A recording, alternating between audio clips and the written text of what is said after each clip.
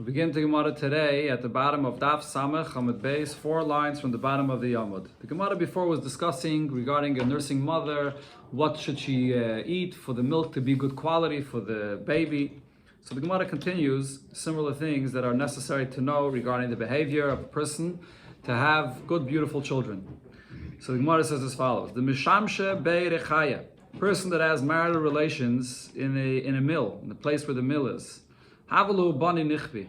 He's going to have children that are epileptic. The mishamsha al ara, person that has marital relations on the ground. Havalu bani shemuti. He'll have children that have a long neck.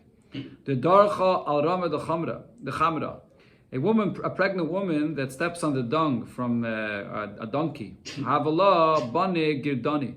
She's going to have children that are going to be bald, or their hair is going to fall out. The achla chardala, a woman that eats mustard. Avala bani zalzalani, she'll have children that are going to be glutinous. The achla tachli, if she eats tachli, which I believe is cress. Avala bani dulfani, she's going to have children that they're going to have teary eyes.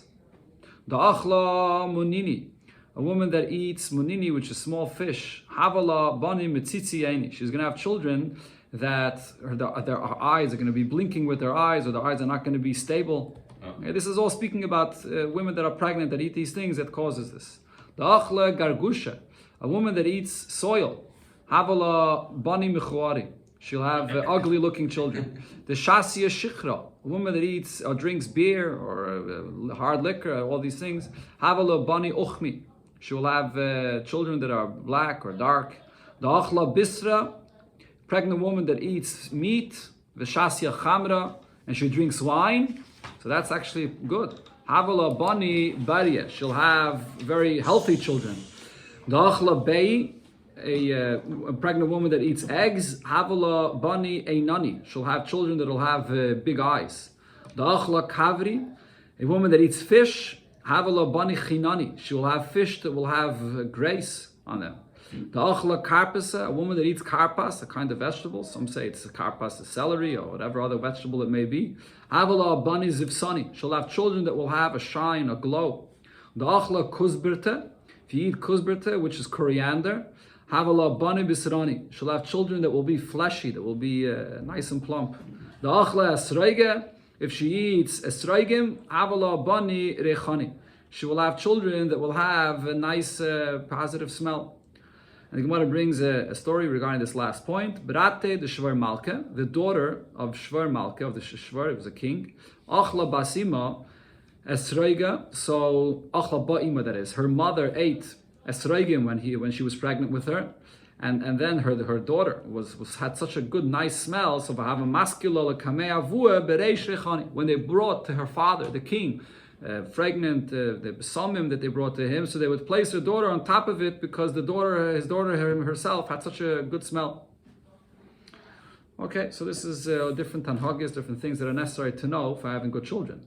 Now the Gemara goes back to what we were discussing before, the halachas b'negeya to the obligation to feed a baby. So Amar Ravuna said, Bodek lon Ravuna b'chinana. Ravuna b'chinana tested us with asking us the following halachas. What happens if he meres lahanik? The mother says, I want to nurse the baby. And but the husband says, Shalei lahanik, no, I don't want you to nurse the baby. This is going to take away from your beauty. He doesn't want to nurse the baby. So Shaimin Law, we listen to her. Why? This is something that will be painful for her. If you don't allow it to release the milk, it'll be very painful for her. But what happens if it's the reverse? Lahanik, that he wants that his wife should nurse the baby. And she says she doesn't want to nurse. So what's the halach in such a case? So if it's a situation where she comes from a family that it's not customary for her family to nurse the babies, so we listen to her. But the question is, what's going to be the halacha if in her family it is the custom to nurse the babies, and but in his family, the husband's family, it's not the custom to feed the babies. But nevertheless, the husband still wants her to feed the babies. So what's going to be the din in such a case? Basar dideyas linon. Do we follow the custom of his family, and in his family they don't feed? Or basar didas linon. Or we follow her family, and her family they do. So that was the question that Rav Huna bar Chinana asked Rav Huna.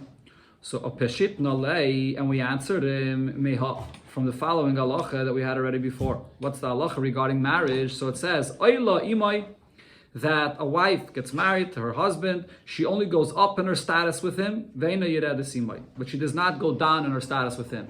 So if the husband is from a family where the wife does not have to feed the baby, they have other maidservants that take care of these matters, she goes up in her status with him, and therefore she's not going to have to feed the baby if she doesn't want. Rav Huna says, "My God, where's the pasuk? What's the source for this idea that a woman that gets married, she goes up in her status with her husband, not down?" It says, "V'hi be'ulas baal." This is a pasuk there by Avimelech, by when Avram was by Avimelech. It says be'ulas baal. So we darshan from this pasuk ba'aliyasei shel baal.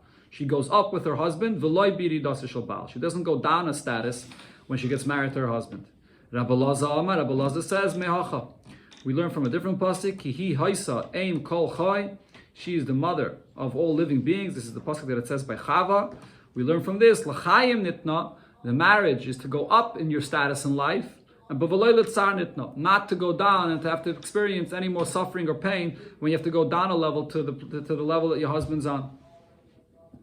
Going back to the Mishnah, it said, Hichnisa lo shivcha v'chulu, that if a wife, the Mishnah counted a bunch of different things that a woman is supposed to work and do for her husband. And then it said that if she brings in a maid, so then she doesn't have to do all of it. She won't have to grind, bake, or do laundry. But the other work she still has to do. So the Mishnah said, so the Gemara asks, even when she brings in a maidservant to work instead of herself, so only 3 of the work she doesn't have to do, but everything else she still has to. But the question is why? Why doesn't she say it to her husband,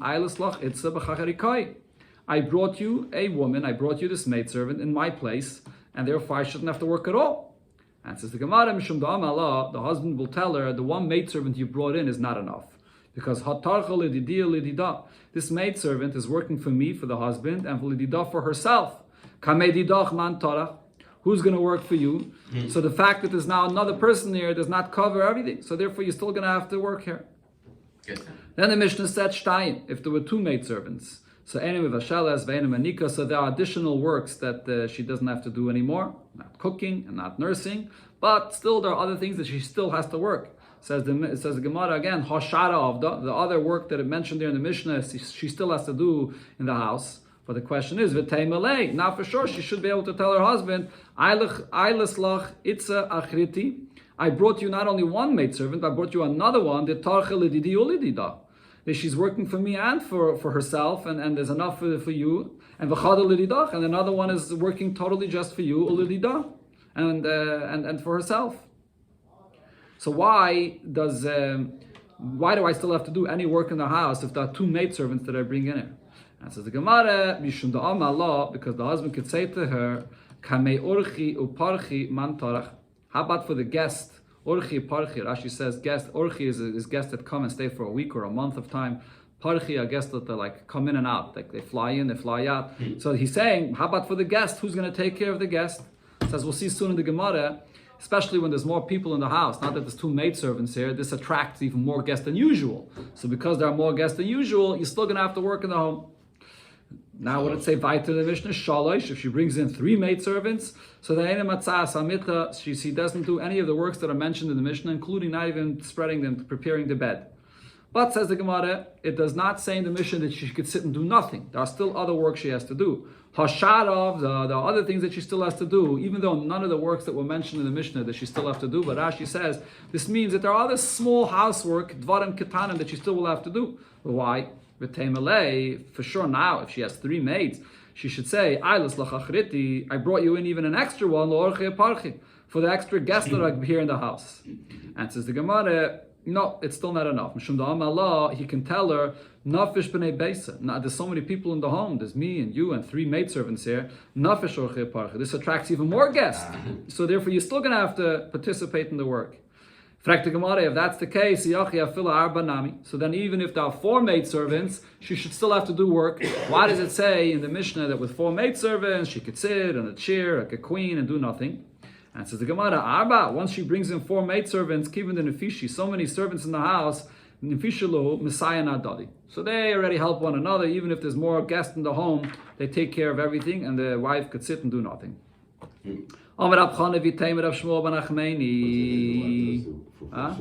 Again? The wife does for 4 seconds. When it says in the Mishnah that she brought in these maidservants, it doesn't only mean literally that she actually brought a maidservant. Even if she brought in money, that you could hire these servants, even if she didn't actually bring in a maidservant, so she could say to her husband, listen, I brought you in such a big dowry, you have all this money, so hire somebody, I don't want to work. Tana and Abraisa we learned both if she actually brought in a maidservant and also if it's a case where the wife says, listen, all these different things that you have to give me, so I'm going to minimize from what you have to give me, so you can save up money from me not taking all those things from you, and then you can use that money to hire a maidservant, so I shouldn't have to work. That's the pshat that Taisus brings over here. Then the Mishnah says, Arba Yesheves B'Katedra, that if there's 4 maidservants, she could sit in a chair and not do anything. Although the Mishnah said in such a case she could sit and do nothing, there are certain things that are personal between husband and wife that she still does. She pours him a cup to drink. She prepares the bed. This does not mean to what it says in the Mishnah when you mamish prepare the bed, the sheets in the bed, but it's to put like an extra cover on the bed. That's something personal between husband and wife. And also to wash his hands, face and feet. So that's something unique that you don't give to any maidservant. That's between husband and wife. All the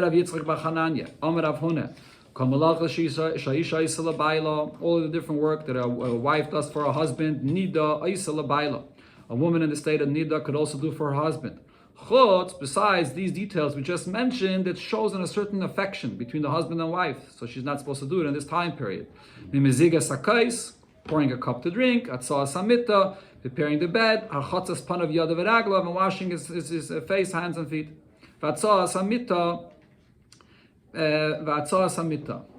And preparing the bed. So this goes on to what it says afterwards. We just mentioned one of these things over here is to prepare the bed.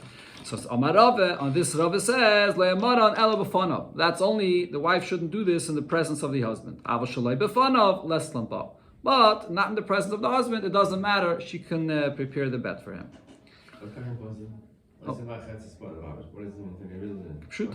Yeah, that's a simple pshat of it, and then we want it. So we said that also a nida should not pour a cup and place it in front of her husband. So the Gemara brings there the custom of the Amiraim. Shmuel michlefla de bisu biyad de smala. His wife would deliver and bring drink for him different the way it was in the usual time. She would bring it with her left hand. Abaye manchala apuma de kuba. Abaye, instead of placing it right in front of his wife, she put it on top of the barrel. Rava Abesadia. Rava, his wife, placed it on top of a pillow, not directly in front of him. Rav Papa Ashar Shifa. Rav Papa placed it on a chair or on a bench, also not directly in front of him. Amar Rav Yitzchak bar Chananya, Amar Rav Huna, Hakoil Mashin Bifnei Hashamish. You have a servant or a waiter, so you don't have to be sure that he eats before he serves you. You can hold him back from eating until he actually serves you. Chutz mibasa v'yayin. Besides meat and wine, which is something that if the waiter doesn't get to eat before he serves, so then he gets very, very hungry, and it could even be a sakana. You have to allow him to eat before. Rav Chisda said, Basa Shamim v'yayin yashan. That's only if it's really fat meat and very old wine, good wine. So that's something that will get his appetite so strong that you have to allow him to eat before. Rava says, Basa Shamim kalashana kula. This that we said here about the fat meat, that's true all year round. Yayin yashan, but the old wine that you have to allow the waiter to drink first, but kufas tamas, that's only when it's hot in the summer, and then there's a special aroma of the wine that you have to allow him to drink first. The Gemara brings an incident here. Ravana bar Tachlifa said, I was sitting in front of Shmuel. They brought some kind of a tafshil, a cooked ardi, which I believe is turnip. Mushrooms. Oh yeah, sorry. That's later soon when the Gemara will have a turnip. So ardi is mushrooms and truffles. And v'yilav diyavli, if not that he gave me to eat from this, istachni. I would mamish, my life would be in danger because of the tremendous appetite that I had, and if I would not get this, my life would be in danger. So he's trying to show that not dafki b'negeh to meat and wine, that it's something that you can have such a strong appetite that you have to make sure that the servant eats first, but it could even be other foods like this. Ravashi said, I was sitting in front of Rav Kahana, Vaisele Gargilidi the lifta. Oh, so this is the turnips. They brought slices of turnips. B'chala, that was in beer, I think it is, right? Vinegar. In vinegar, sorry. V'ilav diyavli, if they wouldn't give me to eat from this, istachni, my life would be in danger. Rav Papa says, afilu tamrise the hanunisa, even these fat dates, so which are being served, if you don't give someone else that's serving you before, he could be in danger. Klala the milsa. The point is as follows: Kol disla reicha, something that has a strong smell. Visla kiyua, and has a certain sharpness, and so it gets the appetite of this waiter that he has to eat, and you have to give him to eat before. Another story the Gemara says: Avua bar ihi uminyamin bar ihi. These two brothers. Chad, one of them, Safi mikol mina mina. He would serve the waiter before he would eat from every type of food that he was being served. He made sure the waiter ate first. B'chad, one of them, Safi mechad mina. He would only serve and make sure the waiter ate from one of the types of foods that he was eating. The one that served the waiter of everything before he ate, Eliyahu came to speak to him. The one that only served the waiter from one type of food, so the Eliyahu did not come to speak to him. A similar story, Hana Tartan Chasidi. There were two pious individuals. Vamri Lord Rav Mari and Rav Pinchas, B'nei Rav Chisda. The two brothers, Rav Mari and Rav Pinchas, the sons of Rav Chisda. Mar Kodim Safi. One of them first fed the waiter before the waiter served everybody else. Umar Ma'achas Safi. And the other one served him only later. The Kodim Safi, the one that served the waiter before, Eliyahu Mishtar Badei. Eliyahu came to communicate with him. The Ma'acher, the one that gave him to eat later, so his waiter had the pain because of this. Ma'acher Safi, that is, Loi Mishtar Eliyahu Badei. Eliyahu did not come to speak with him. Another incident the Gemara brings, Ameimer Umazutre V'Ravashi. These three Ameiraim have a Kayasvi, a Pischa de Be'azgar Malka. They were sitting by the door, by the opening, going to the king Asgar. Rashi says he was a Melech Paras, a Persian king. Some Rishonim actually say that he was a Yiddish king. Chalev Azil Aturneged Malka. So the butler of the king passed by and he was delivering food for the king. Chazi Ravashi Mazutre. Ravashi noticed Mazutre that smelled this food, the Chavarape, that his face got white because of the desire, the appetite that he got from this food over here, and he was mamish getting white that he couldn't eat his food. So what did Ravashi do? Shakal Bad's Basei. He stuck his fingers into the food and he took some of the food and Anach Lebepume. He put it into Mazutre's mouth to relieve him from his taiva, from his appetite, his desire he had. Amalei, so the butler says to Ravashi, Afsadus Lasudus the Malka. You destroy the king's meal. You put your fingers inside the thing and you spoil the king's meal. Amrulei, so the guard standing there said to Ravashi, Amai Taved Hachi. Why would you do such a thing?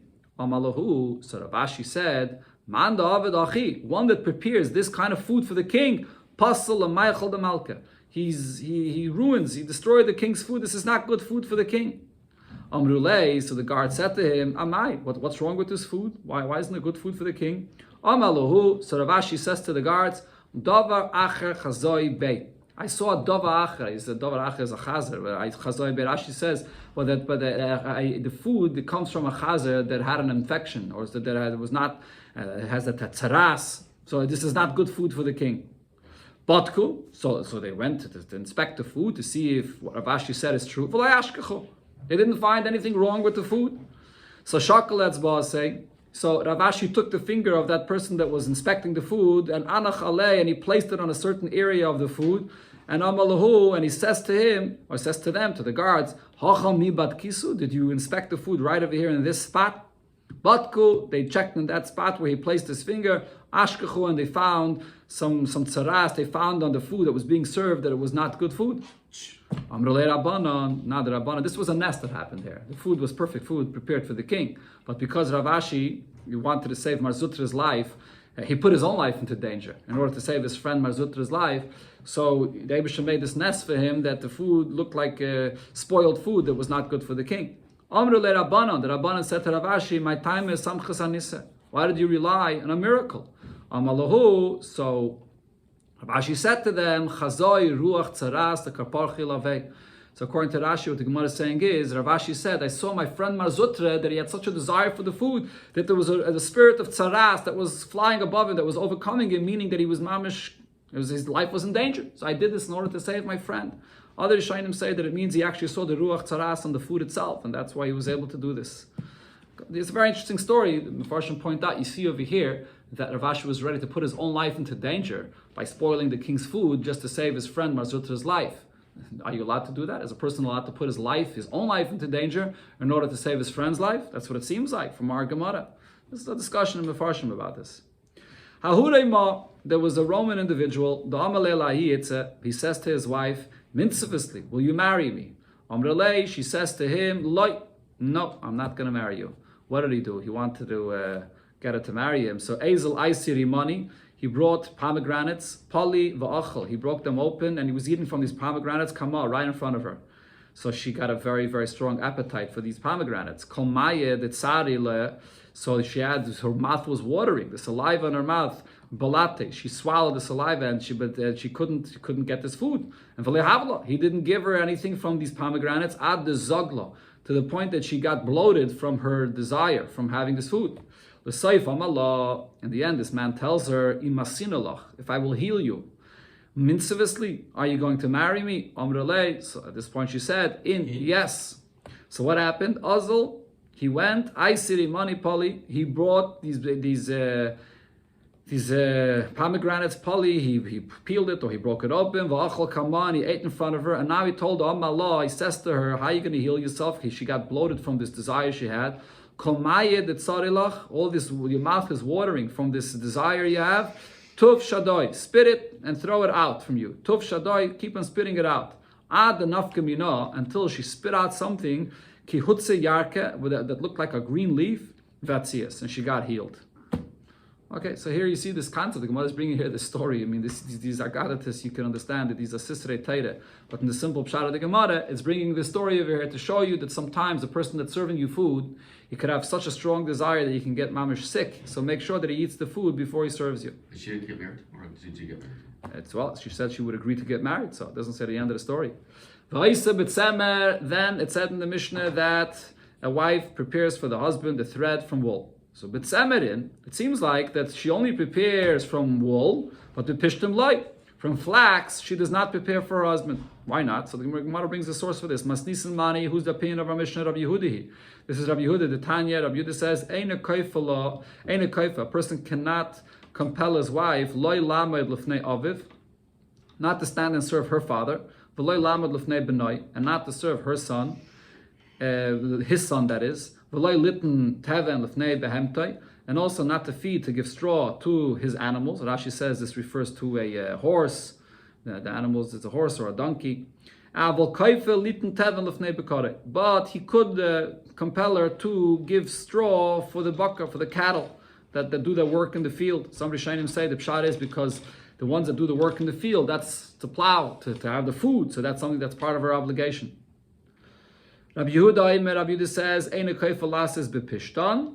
that a person does not force his wife to prepare the thread from flax. When you have to prepare the flax, it causes to have a foul odor from the mouth. Why? Because the Gemara will explain, the Mishnah will explain over here, as we'll see, or the Braisa that is, and it also will stretch the lips.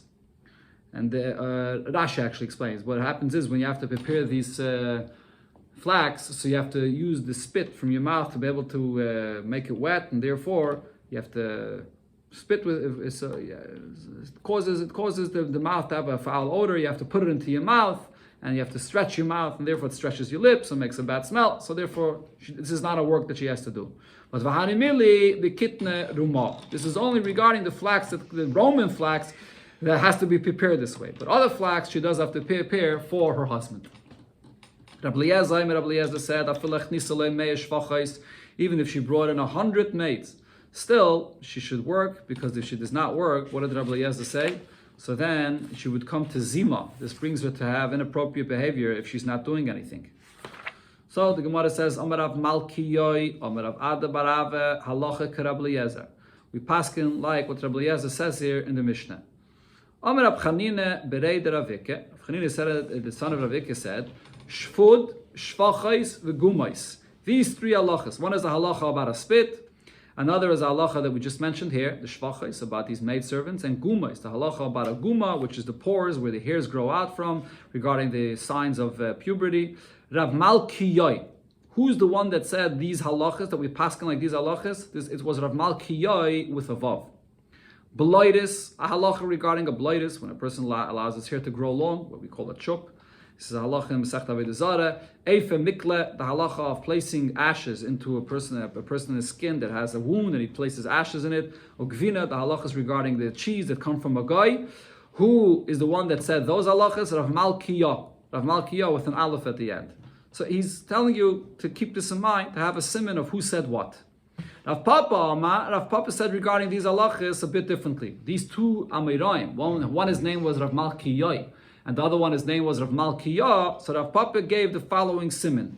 Masnisin umasnite, the halachas of all these halachas that we just mentioned. Those halachas that are taught in a Mishnah or in a Braise, Rav Malkiyah. It's Rav Malkiyah that said that we paskin like those halachas. Shmaitase, then there are others of those halachas that are not in a Mishnah or in a Braise. Rather, it's just a sugi in the Gemara. It's a discussion amongst the Amirayim.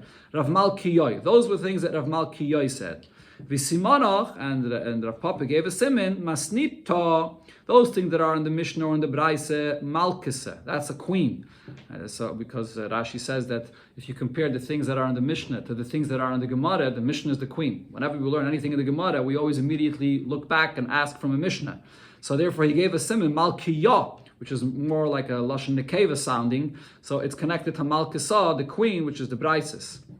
So the Gemara explains, when Rav Papa said what he said, so it's a bit different than what Rav Chanina Berei de Ravike said.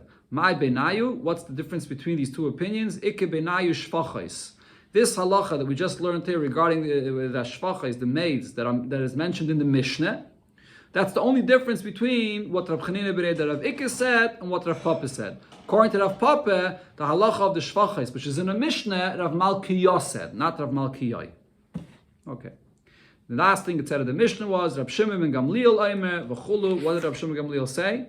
Person that makes a neder that his wife should not do any work for him, so then he has to just divorce his wife and give her a ksubah. So Rav Shimon ben Gamliel said, because her not working mevil de shimon, it'll bring her to shimon, to go crazy. She can't live this way. Frag the Gemara, Haine Tanakama. Seemingly, Rav Shimon Gamliel saying the same point as Rabbi Eliezer that said before, that if a wife is bringing in all maidservants and she doesn't work, so it brings her to zima, brings her to inappropriate behavior.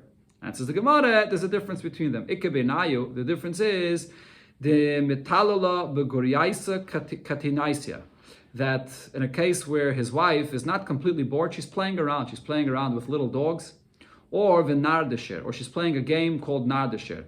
So Rashi here says a name for this game in French, but I think the Mefarshim say this refers to playing chess. So meaning if she's busy playing chess and these things, so she's not going to go crazy. So according to Rav Shimon ben Gamliel, that's okay. He doesn't have to divorce her. But according to Rabbi Eliezer, since she's not busy working, she's still going to come to Dezima. We're still afraid that she can come to inappropriate behavior, and therefore she can't live life this way. She has to still do work on her own, not just to play around. Okay, sagt der Heilige Mishnah, Hamadir es ishtay, mitashmish amita. A person makes a vow that he will not have any anah of his wife in marital relations. So Rashi points out that this is referring to that he's making the neder that he will not have anah from his wife. But a husband cannot make a neder to say that his wife won't have anah from him, because that's not in his power to make such a neder, because that's his obligation to her. But he made a neder that I won't have anah from you. Shammai says, Shtei Shabbosais. If he said in his neder that this is for 2 weeks, so then the wife has to give him the time, those 2 weeks, and then that's it. And then he doesn't have to divorce her. Beis Hillel says Shabbos achas. If it's only 1 week, then he doesn't have to divorce her. But if it's for longer than that, then he has to divorce her right away. Sagt the Mishnah, Talmidim Yetzin LaTalmud Torah Shaloi B'Rishus Shloishim Yain. Students that are going to learn Torah, but they're married, they can go out to learn Torah even with their wife's permission if they're leaving for 30 days. Hapoyalim, workers, Shabbos achas. They could leave without their wife's permission for 1 week. Ha'ayna ha'amura b'Torah. The mitzvah of ayna, the time that a person has relations with his wife, how often does it have to be? So it depends on what a person is doing. Ha-tayolin b'chol yom. Tayolin means, the Gemara will say, a person that sits in the shadow of his house, in the shade that is, the shade of his house. He's doing nothing. He's not working. He's not busy. So every day. Ha-payalim, people that are working, laborers, shtayim b'Shabbos. Twice a week. Achamarim, people that are donkey drivers, so they travel different places, so they don't have time as much. Achas b'Shabbos, once a week. Hagamalim, camel drivers that go even further. L'shleishim yom, once in 30 days. Hasapanim, people that go on ships overseas. Achas l'shisha chadoshim, once in 6 months. Divrei Rabbi Eliezer, this is Rabbi Eliezer's opinion. So we had the machlokes here between Bishameh and Basilol regarding a person that made a neder. So is it 2 weeks or 1 week that we give him? So my time of the Beis Shammai, what's the source of Beis Shammai's opinion that he said that we wait 2 weeks? Gamri miyeledes nekeva. We learn out from the time that the Torah says a husband has to separate from his wife when she gave birth in a nekeva. So over there the Torah says 2 weeks. Beis Hillel gamri miyeledes zachar. So if so, Beis Hillel that says it's only 1 week that we give him. And if it's more than a week, then he has to divorce her right away. So we learned that from when a person gives birth to a zachar, where the Torah says that he has to separate from his wife for 1 week. Why would Beis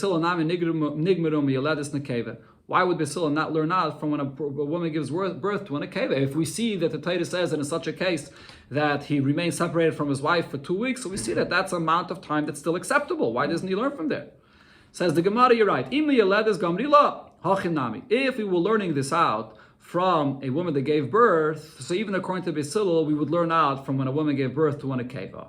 And Beis Hillel, Beis Hillel says we learn out the amount of time, the maximum that a husband can make a neder to be disconnected from his wife. We learn it from the time period when a woman is a nida, minatayra. That's 1 month, 1 week that is, 7 days until she becomes clean.